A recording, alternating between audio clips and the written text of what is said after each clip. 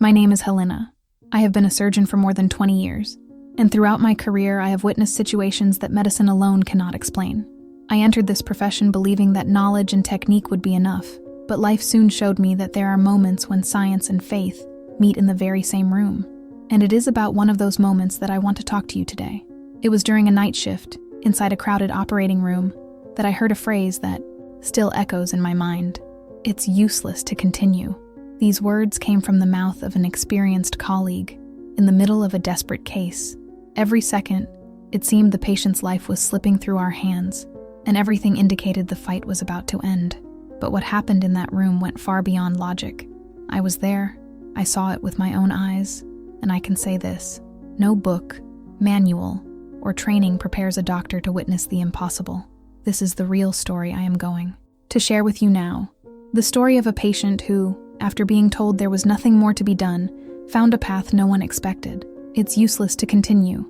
Those words were spoken inside an operating room, in the middle of the night, while a patient's life slipped away before our eyes. When I heard them, a heavy silence filled the room. It was as if suddenly everyone felt we were about to lose. For a doctor, that phrase sounds like a sentence, because it means science has reached its limit. But at that moment, something inside me refused to accept it. And before I go on with this story, I need your help. For YouTube to share this video, and for more people to hear stories like this one, we need engagement. So make a gesture of faith with me.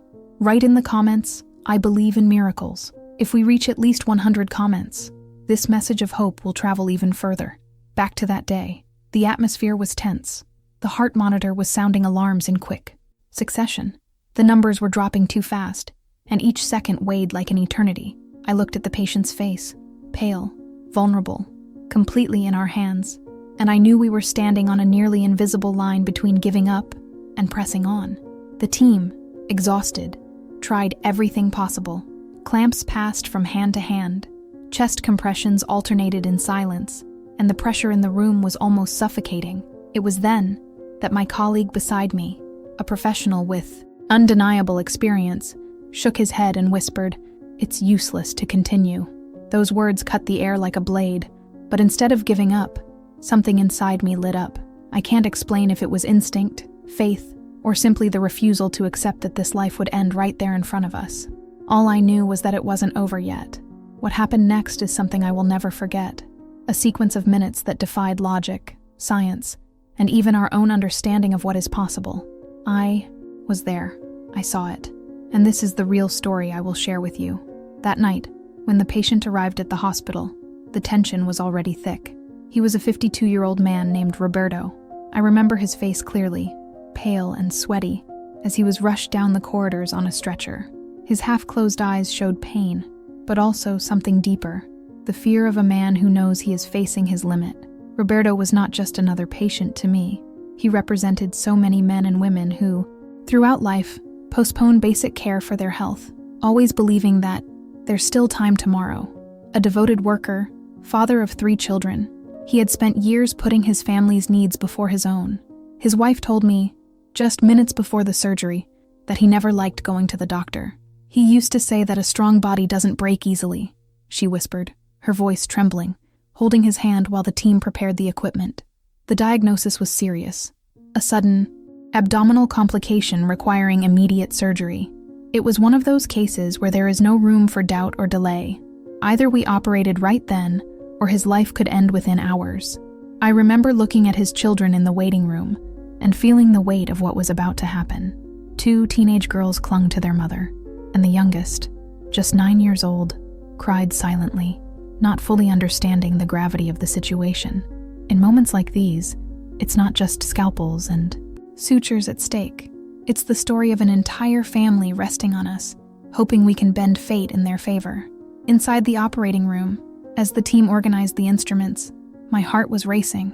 I had faced complex situations before, but each patient is unique, and every life carries immeasurable value.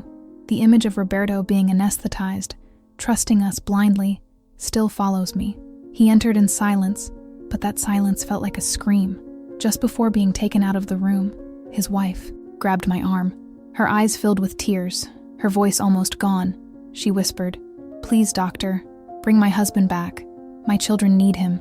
I need him." That plea echoed in me throughout the entire procedure. At that moment, Roberto stopped being just a patient.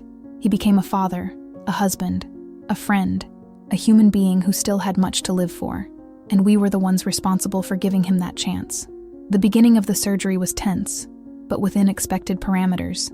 The team worked firmly, every move measured and precise. But as we advanced, the complications revealed themselves to be much greater than expected. The bleeding was intense, blood pressure was dropping rapidly, and every minute narrowed the margin of safety. I realized we were about to face not only a medical battle, but also a battle against the impossible. And even though there was still hope, the shadow of the phrase I would soon hear, "It's useless to continue," was already silently hovering over that room. The operation began under absolute concentration. The team moved with precision.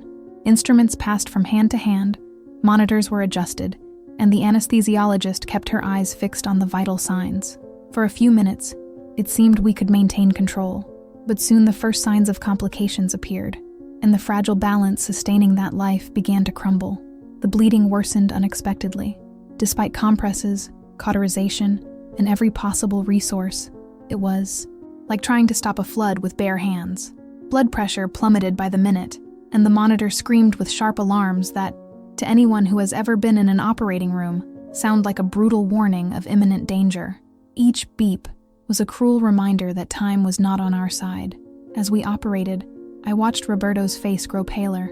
The anesthesiologist reported lower and lower numbers, while the nursing team rushed to prepare blood bags, racing against urgency itself. Sweat rolled down my forehead under the mask, not only from the heat of the lights, but from the awareness that we were facing an extremely delicate situation.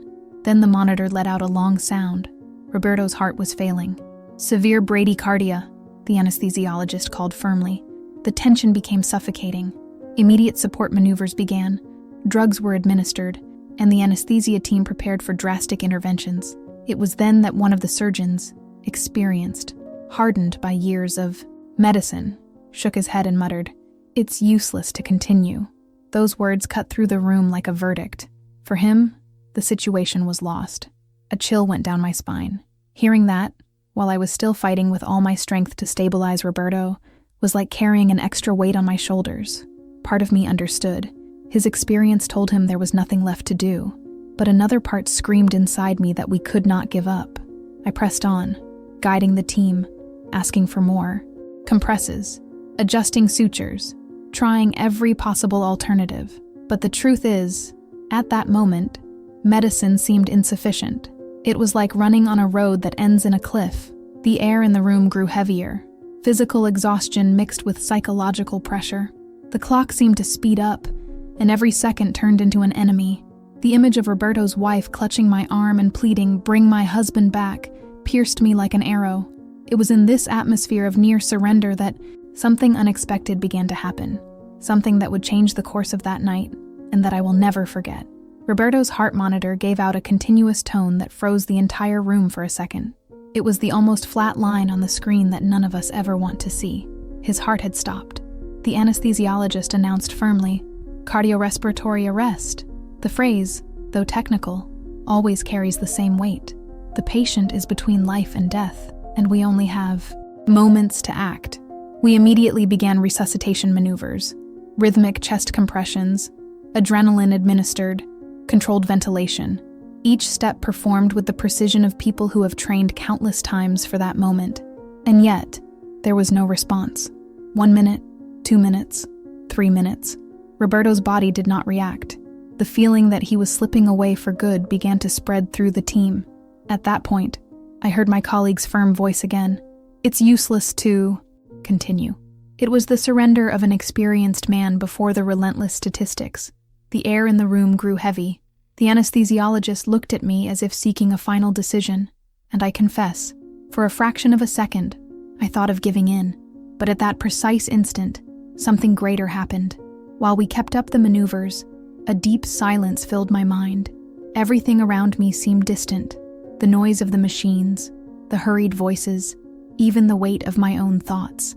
In that sudden emptiness, the memory of Roberto's wife came to me like a whisper. "Please, doctor, bring my husband back." It struck me like a prayer. It wasn't just a plea. It was a request carried by faith, given to me but also to the unseen. And that's when it happened.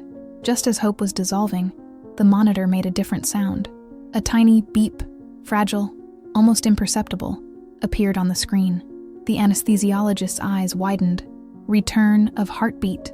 The words exploded like a spark in the silence. Suddenly, Roberto's heart was beating again. At first slow, irregular, but alive. Then with growing strength, until it stabilized into a rhythm none of us believed possible anymore. The whole team held their breath. Some exchanged incredulous looks. It was like watching someone who had already crossed the border of death turn back and return. I, who had faced so many emergencies, felt my hands tremble under the gloves. This could not be explained by technique alone.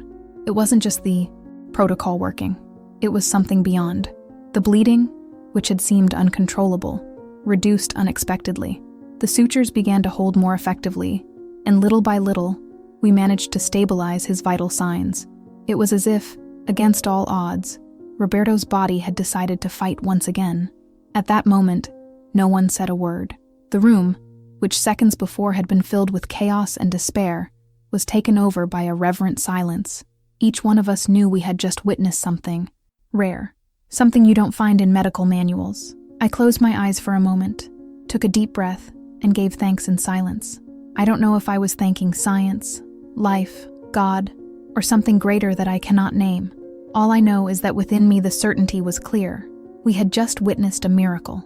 Roberto left surgery alive, still fragile, but breathing on his own, with a heart that had decided not to give up. And when his heartbeat echoed strong again on the monitor, every one of us in that room felt that something inexplicable had happened there. When the surgery ended and Roberto was taken to the ICU, the room stayed silent for a few moments. No one dared to break that moment. We, as doctors, are taught early on to trust technique, to study protocols, to follow science with discipline. But that night, every one of us knew that something beyond had taken place. I stood there for a few seconds, staring at my hands still trembling under the gloves. It wasn't the first time I had faced a critical situation, but something was different. The phrase, "It's useless to continue," echoed in my mind, like the dividing line between giving up and insisting. And it was exactly at the moment when everything seemed lost that life decided to bloom again.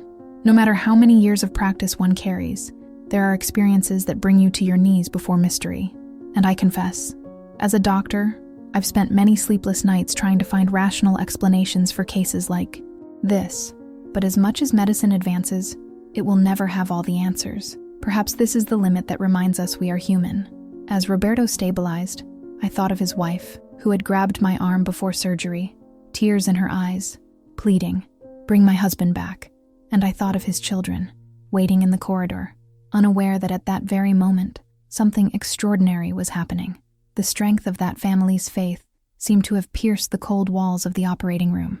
I'm not here to raise religious flags or impose beliefs, but what I lived that night taught me something no lecture ever could. Medicine is a bridge, but there is a territory beyond it. And when that territory manifests, we call it a miracle. I know there will be people who hear this story and say it was only luck, that the resuscitation maneuvers worked within the statistical limit of possibility. Yes, maybe. But when you are there, in front of a motionless body that suddenly starts to beat again, in front of a heart that decides to fight against all odds, you understand that some experiences don't fit into graphs or manuals. And that's the message I want to leave you with today. If, in your life, you've ever heard someone say, "It's useless to continue," don't accept those words as a sentence. Sometimes the impossible only needs a single instant to manifest, and that instant can change everything. When I remember Roberto's gaze days later, already conscious, holding his wife's hand and giving a faint smile to his children, I feel that every second of struggle that night was worth it. Worth it for them, worth it for life, worth it for the miracle that revealed itself. Stories like this remind me that being a doctor is not only about mastering techniques, but also about being open to mystery. And deep down, I believe that is what connects us all. The ability to believe that there is always a chance, even when everything seems lost. The first minutes after surgery were filled with absolute tension. Despite the return of a heartbeat, we knew Roberto was still on a fragile line, walking between life and death. He was transferred to the ICU, still intubated, monitored by a full team. The silence that followed him from the operating room to the intensive care unit was different. It was not the silence of defeat, but the silence of people who had witnessed something unexplainable and now carried the responsibility of protecting that newborn miracle. In the ICU, every alarm from the monitors seemed amplified. The team stayed on high alert, as if the slightest slip could extinguish that fragile flame of life. I myself stayed for hours at his bedside, watching every heartbeat displayed on the screen. Roberto's heart, which had stopped, now insisted on keeping its rhythm.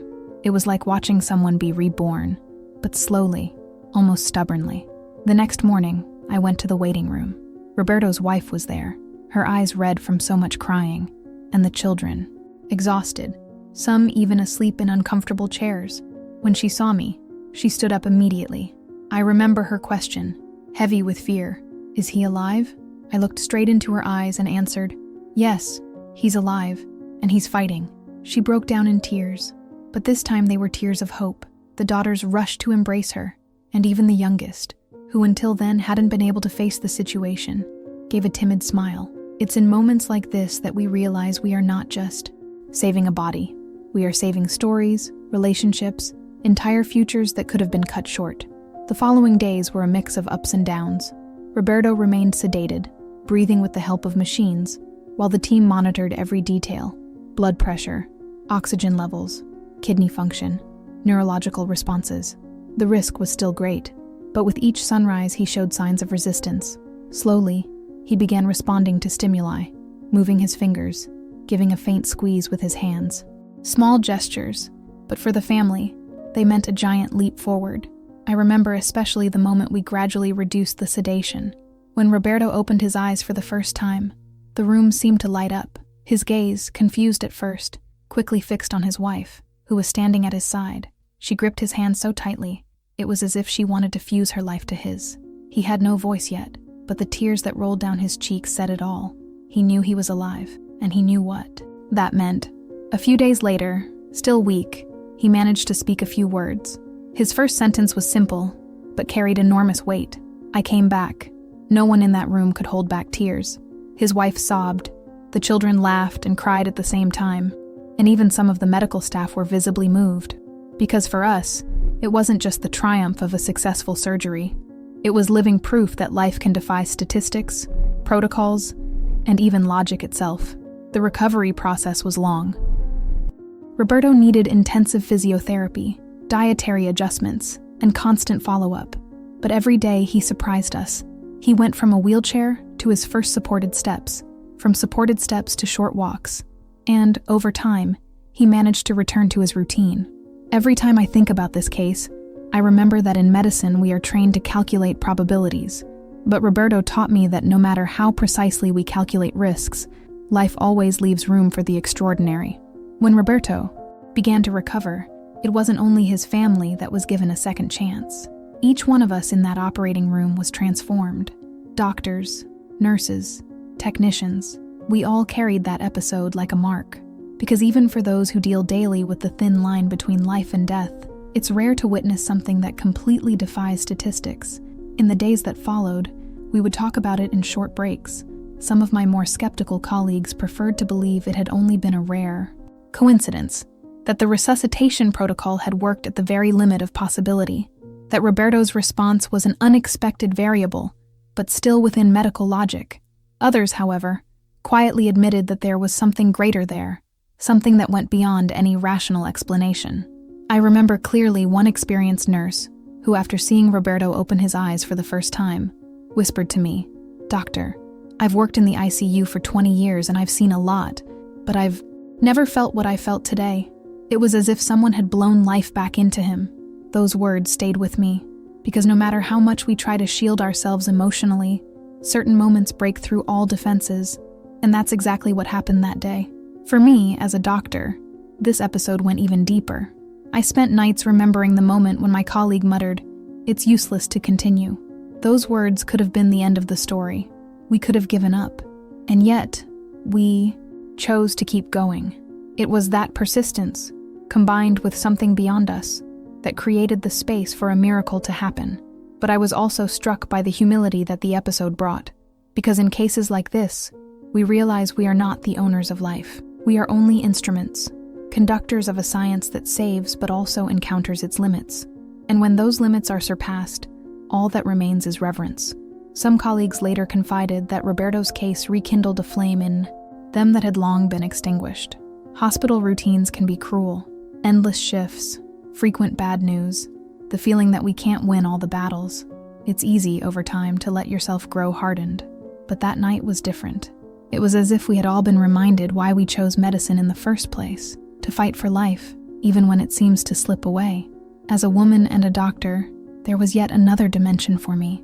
I remembered Roberto's wife's words before the surgery. "Please, bring my husband back.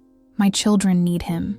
That phrase accompanied me as an immense responsibility, but also as a reminder of the faith people place in us. That day, I wasn't just carrying scalpels and protocols. I was carrying hopes, prayers, the dreams of an entire family. And maybe that's why I've never forgotten Roberto's look, still weak, when he finally said, "I came back." It wasn't only him who came back. It was also a part of us, of our humanity, of our ability to believe in the improbable. That case remained a topic among the team for months. Some used the word miracle without hesitation. Others preferred to call it coincidence. But regardless of labels, we all agreed on one thing. We had witnessed something that would never be forgotten. And I, as a doctor, learned that there are stories that don't belong only to science or only to faith. They belong to life itself, in its most mysterious form. When I tell Roberto's story, it's not just to talk about an impressive medical case.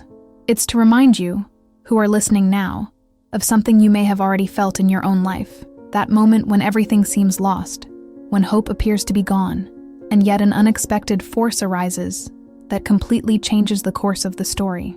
How many times have you heard someone say, "It's useless to continue"?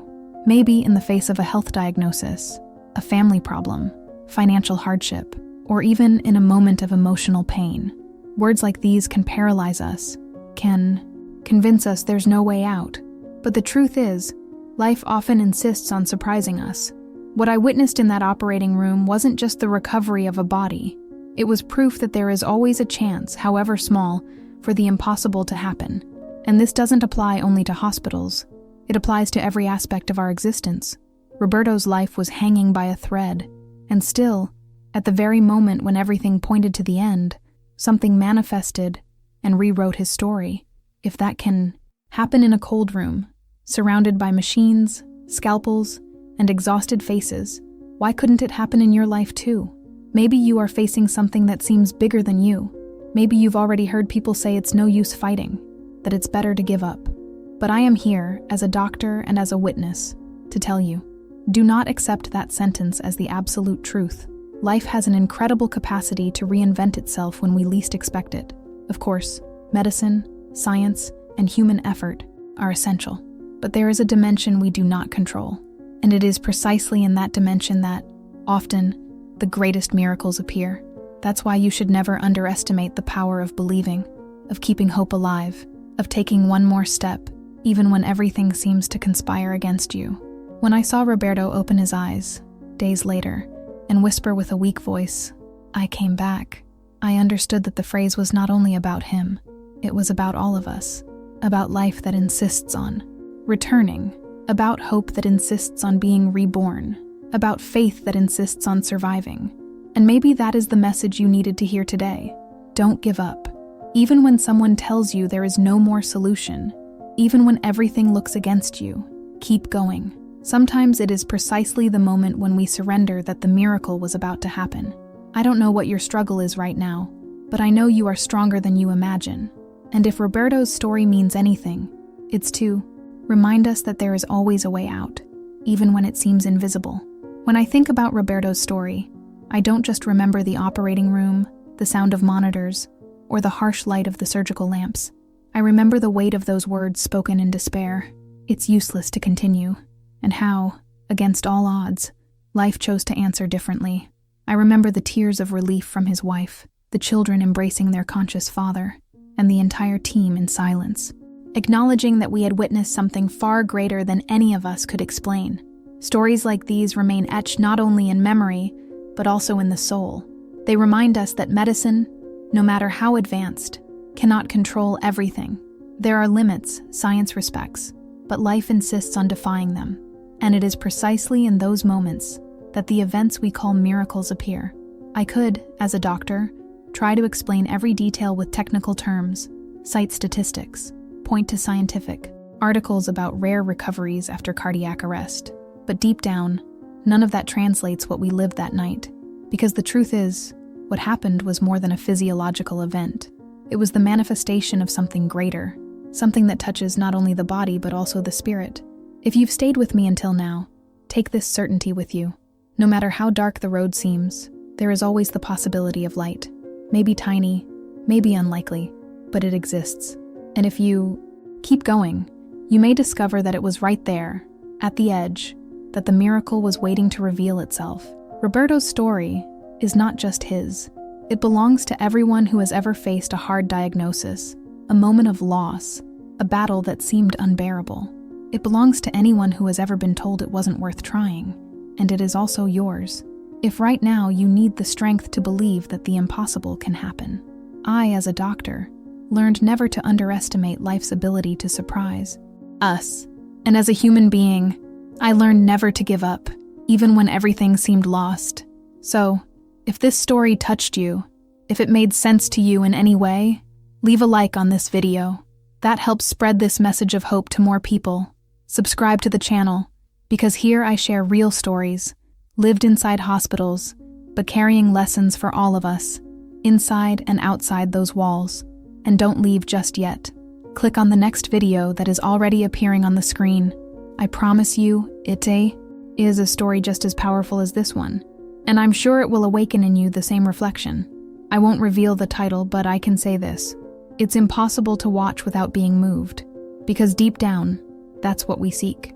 To remember that life always finds a way to continue, even when everything seems lost.